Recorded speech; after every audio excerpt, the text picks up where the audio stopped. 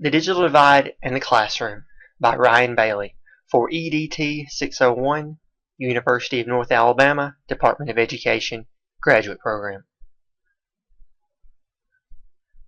What is the digital divide anyway? The digital divide is a term used to characterize the inequality between socioeconomic and demographic levels based on their access to the internet and other digital-based technologies. Well, wait, that sounds super technical and complicated, right? Well, not really, not if you think about it. The digital divide is basically the gulf between the haves and the have-nots when it comes to not only having technology, but understanding it and utilizing it properly as well. Now, there's a big divide versus little divide. There are two types of digital divides which we'll focus. The global digital divide, and more relative to our profession as teachers, the digital divide within the United States itself. And here's a map, obviously the world, and this breaks down the digital divide based on where you live. You see we have a light yellow color here for 0 to 4.5 computers per every 100 people. And then we have a darker yellow here, sort of a mustard color I suppose. It's 4.5 to 12.5. Then we have a dark yellow here. It's 12.5 to 25.3. And then we have a very burnt orange color here for 25.3 to 49.7. And then very lastly here we have a very crimson red for 49.7 to 89. And then here we have countries that have not participated, have no data. As you can see here, many of what we call the developed or first world nations such as the United States, Canada, Great Britain, France, Germany, Austria, Switzerland, Japan, South Korea, Australia, they are all in the crimson color. Other nations, Brazil, Spain, Russia, they're all in the second category here, and the list goes down, down, down. Poor Africa not having really anything in the darker 50 to 89 range along with South America. And of course we have our countries that aren't even participating, such as the Congo, Tanzania, Argentina, Kazakhstan, Uzbekistan, Turkestan, Afghanistan, Burma, and the tourist capital of the world, North Korea. Now, I like this map a little better. It's almost like a bar graph, but it is the map, and it actually outlines the top 10 countries for digital approaches. Here, as you can see here, the United States isn't even in the top 10. We have Sweden, Denmark, Iceland, South Korea, Norway, the Netherlands, Hong Kong, Finland, Taiwan, and Canada. Canada's in the top 10. Go Canada. The maps are not difficult to discern. The access to technology goes hand in hand with economic stability and prosperity. The United States, Canada, most of Western Europe, East Asia, and Australia are all on top, while the rest of Asia and South America are on the bottom. And Africa is at the very, very bottom. Now, in relation to teaching and education, the United States suffers from a similar internal digital divide, despite being one of the forerunners in technology use. Access to broadband resources and technology is predictably more prominent in urban and more wealthy areas and lacking in rural and poorer areas.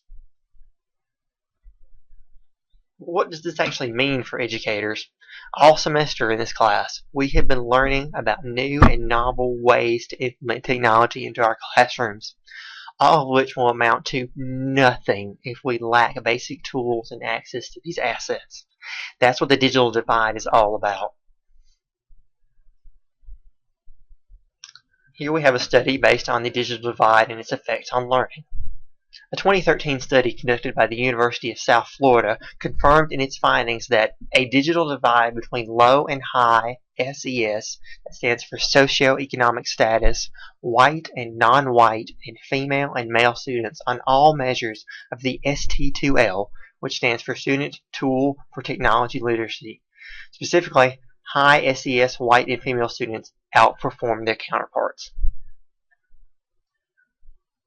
The study published in ISTE's Journal on Research on Technology in Education, found severe evidence of a digital divide within the state of Florida's public school system.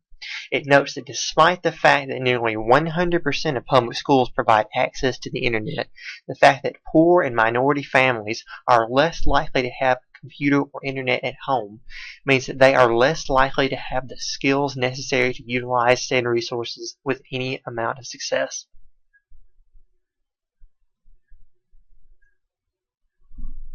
Now, there are levels of the digital divide. The study presents the digital divide can be broken down into 3 distinct levels, named appropriately and imaginatively enough, the first, second, and third levels. The first level of the divide. The first level of the digital divide refers to the equitable access to hardware, software, the internet, and technology and support within schools. This level, which has been examined extensively in the research literature, is visualized as the base of the triangle and represents the largest percentage of research. The first level of the digital divide in schools is often described in terms of student-to-computer ratios or teacher-to-computer ratios, internet access types, and the number of technical personnel within the school. It's basically your foundations. Does your school even measure up? The second level of the divide. The second level of the digital divide addresses how frequently students and teachers are using technology within their classroom and for what purposes they are using this technology. This level has not been as extensively researched in the literature, which is why it is visualized as the second layer of the model. However, the research that has been conducted has demonstrated substantial differences in both how teachers and students use technology and how often this occurs. The second level of the digital divide is contingent upon the minimal requirements of the first level, meaning that the first level is necessary to examine the second level divide.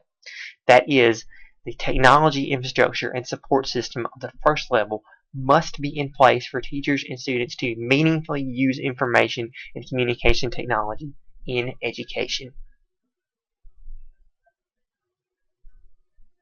The third and final layer of the divide. The third level of the digital divide is concerned with whether the student knows how to use ICT for their personal empowerment.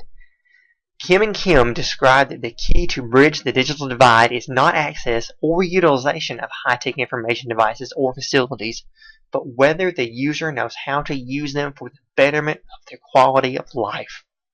As noted by Hofeld, the characteristics of the third level of the digital divide may be the most difficult for researchers and educators to address.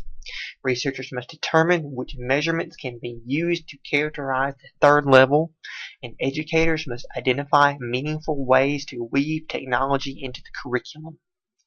The third level has been the least addressed within the research literature, most notably for its difficulty to ascertain and measure. Here is the Great Pyramid of the divide. As you can see, there's the first level, the second level, and the third level.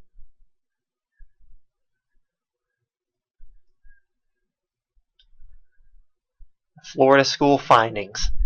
The study in Florida school findings contained some interesting findings, particularly in relating to female students. The study concluded that girls who participated in the study were more apt to be ICT proficient. But we use that word a lot. What is ICT?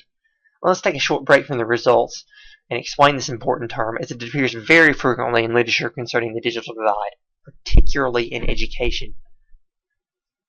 ICT, it's a very simple term. It's an acronym that stands for Information Communication Technology. It refers to for the purpose of our research, unified and wireless communications. There is even an ICT development index that is tracked by the United Nations, which incidentally is where I got some of my maps from for this presentation. Now, back to Florida. In short, ICT proficiency refers to the ability to use wireless and computer devices. In most studies, boys were typically found to be more ICT literate than their female counterparts. But the study admits that their research did not include such male-dominated genres. such as computer gaming. That is the research that found where girls were more proficient. It did not include computer gaming.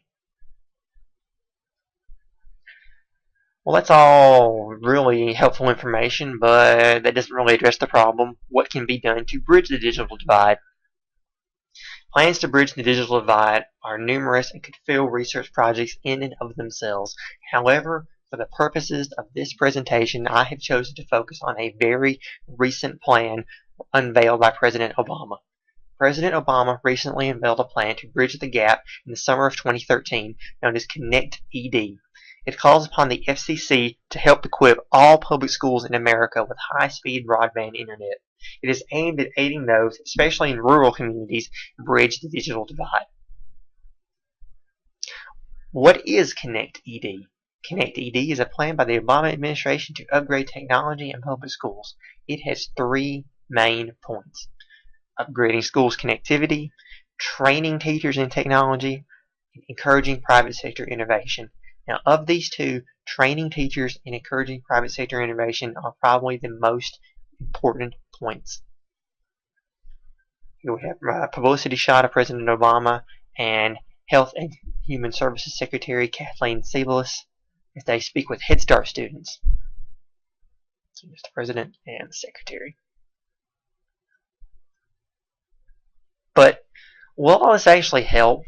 As our study has indicated, simple access to the internet is not enough to bridge the digital divide. However, making sure that schools have the proper basic tool set is a start.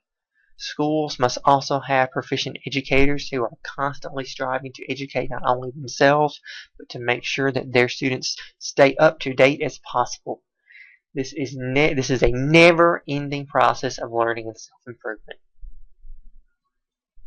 Can the digital divide ever be bridged? Yes and no. We can always fight to lessen the gap, and we as teachers must do all that we can for our students. But as we have seen, the digital divide goes hand in hand with economic status. There will always be the haves and the have-nots. It is up to us as educators to do the absolute best for our students with what we have and never stop trying to improve. Thank you for viewing this presentation, The Digital Divide by Ryan Bailey for EDT 601.